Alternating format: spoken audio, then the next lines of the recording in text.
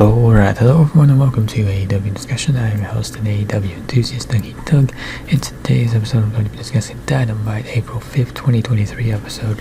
And on this episode of Dynamite, it was a bit of a championship edition of Dynamite. You had the House of Black defending their Trios Championships against Orange Cassidy and the Best Friends, which was a good title defense for that one. It looks like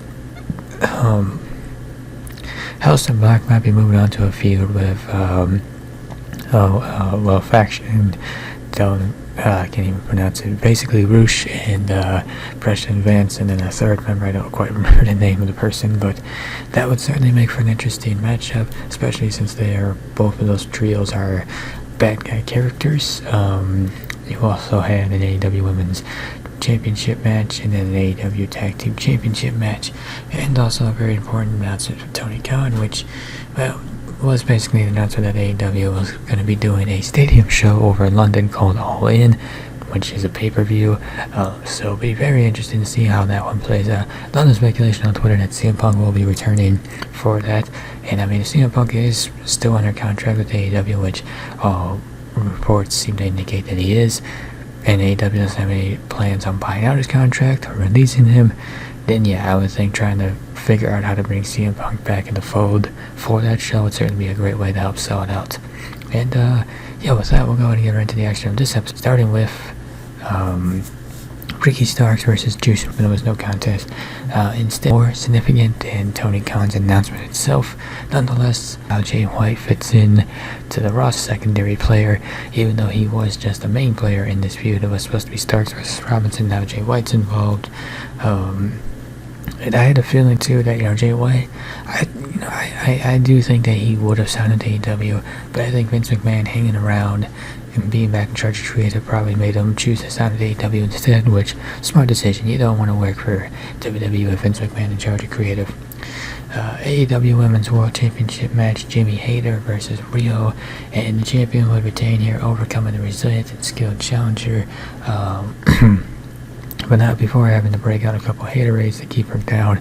The match was strong, the latest in a string of performances by the champion who is certainly entering the conversation of best workers in AEW.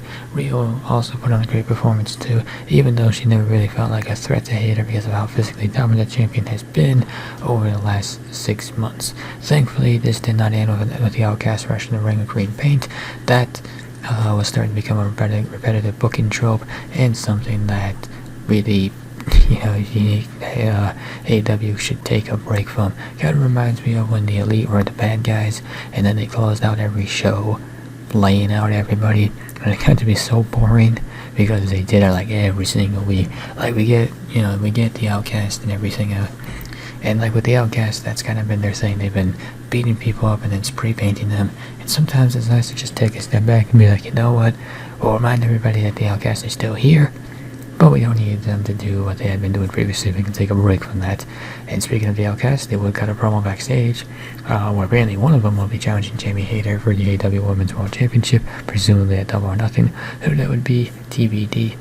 Maybe Saraya. Tony Storm versus Hayter has already happened. Ruby Soho, I think she had a championship match at Revolution. I think. I feel like she did. Either way, it seems like Saraya might be the one right there. The Blackpool Combat Club battle against the amateurs begins. So, rather than fickle, Bryan Danielson has picked a new word, that being amateur. So the squash match before it, pointless, not really even much of a match anyway. The promo from Bryan Danielson, that was the real meat of the segment. Danielson referred to the losers as amateurs, claiming that the EVPs hired them and suggesting that BCC are the only real professional wrestlers in the company, which gives the faction much needed motivation. They no longer just run around beating people up because they can. No, instead they have purpose now, and they are waging war against the elite, setting up a match that might headline Double or Nothing. If Matt Jackson is able to get cleared in time for it, that's going to be the big hold-up there. Matt Jackson's legitimate injury, that will certainly factor into plans. Hopefully he's able to get cleared. Certainly helps that's a tag team match, so he doesn't have to quite do too much unless they want to do like a special stipulation match, which still might help him work around his injury, but ideally if he could get cleared, that'd be very helpful. And Danielson, well, he was a standout here, and basically stated his case to be the mouthpiece of the BCC moving forward. He's at his best when he is this dangerous, and him commentating Moxley, Yuta, and Castelloni beating down Hangman Page, certainly icing on the cake for this segment. And the screwdriver, well, unnecessary, but it certainly added to the barbaric nature of the BCC recently, so I guess there was that. But I don't think we need to make a habit out of Danielson stabbing people in the face with screwdrivers. Also, I don't think we need to continue to make a habit of Hangman Page trying to charge the ring and fight the BCC one-on-one.